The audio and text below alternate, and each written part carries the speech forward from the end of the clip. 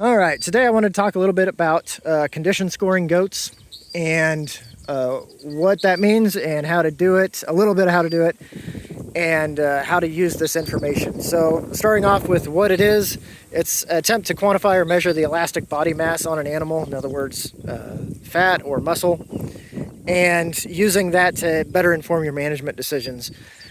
If they're a well-conditioned animal, a fat animal is obviously doing pretty well. They've got a lot of feed on it. They have more than enough nutrition.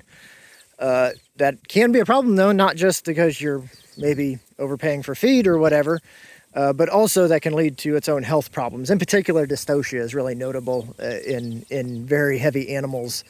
You'll see a lot of trouble with them getting their kids out a lot more often. If they're underconditioned, it could be that they're not getting sufficient nutrition. Could also be parasite pressure would be another source of that, obviously.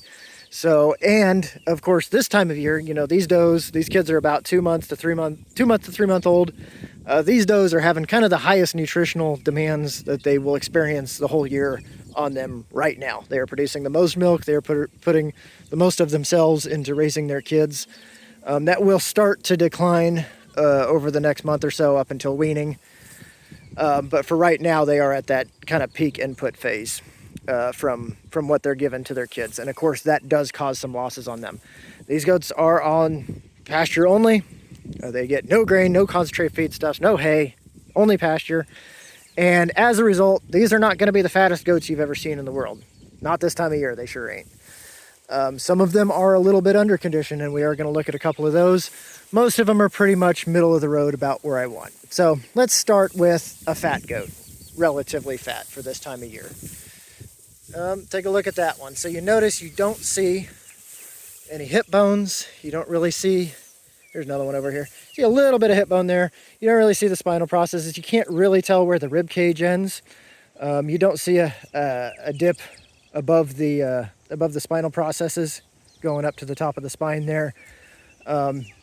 This goat, and for example, the one behind her there, these are stalker yearlings. I've got about 15, 16 of them out here. These goats are a year old, and they have their off year before they start becoming moms next year. They didn't do anything this year. They didn't produce anything. They're just eating and growing. So it's real easy to look good when you don't do anything, is the moral of the story there. Let's try to find a more middle of the road doe that is actually doing something this year. Let me find a good example that we can actually see well. Remember, these goats are not tame, so trying to film individual animals can be a little tricky. Can only get so close. And it did rain last night, if you're wondering why some of them are covered in mud. But here's one right here. So you do see the hip bones, you do see some spinal process there, and you do see a little bit of a dip behind here. You can kind of start to tell where the rib cage starts. Not super definitely, but you can kind of see that. This is about what I expect for this time of year. Yes, there are ones that are a little fatter, a little thinner than this, but I would call this relatively middle of the road. There is a scale system that's used for condition scoring, goes 1 to 5, 5 being fat, 1 being thin. I would say she's a 2 out of 5. You get down into the 1s and they do start to catch your eye, and you start to think, well, maybe that animal does need wormed. Maybe that animal is not receiving sufficient nutrition. One thing I will point out, though, is a lot of times the animals that are a little thinner out here that are raising kids, well, they also have the bigger kids. And the ones that are a little fatter, well, they also have the smaller kids. So that's also a factor. Not every goat, produces the same amount of milk. It is also worth noting that hair can kind of, we're just doing this visually. If you really want to get into it, you should probably, get your hands on these animals, because hair can be kind of deceiving sometimes. Some of these animals have thicker hair coats and they kind of hide things a little bit better. And also colors, goats that are just one solid color, especially black, can be kind of just by default look better because you don't have that contrast to really highlight the spinal processes sticking out and stuff like that. So here's a doe that's maybe, raising a couple of kids here. Again, a little middle of the road, maybe a little bit on the thin side there. You can see the spinal processes on top. And I'm going to go find a particular goat I want to show you that is thin. That is a 1, I would say, for sure. Pretty much for sure. And if this kid would get out of the way. She's standing over here in the tall grass.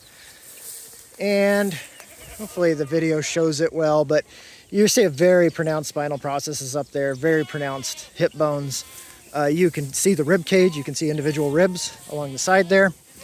That is a 1. That is a goat that's very thin. The stocker yearlings, by and large, I would say are 3s and 4s. I don't think any of them are quite hitting 5s. You really have to kind of try to get a non-bower goat up to a 5. It is probably doable if you really try, though. So, but yeah, that's kind of a basic look at condition scoring. It is a very valuable tool if you have no other skill around measuring or managing the nutrition of animals, nutrition and well-being of animals. You should have that skill. If you don't know how to do feed calculations, you can get by with just kind of responding to their body condition. And even if you do know how to do feed calculations, those calculations are just theory. Reality is different. Animals on pasture, for example, are going to have higher energy requirements because they're having to walk around finding their feed versus ones in dry lots that just have it brought to them. And a lot of times those calculations don't really account for that difference very well. So.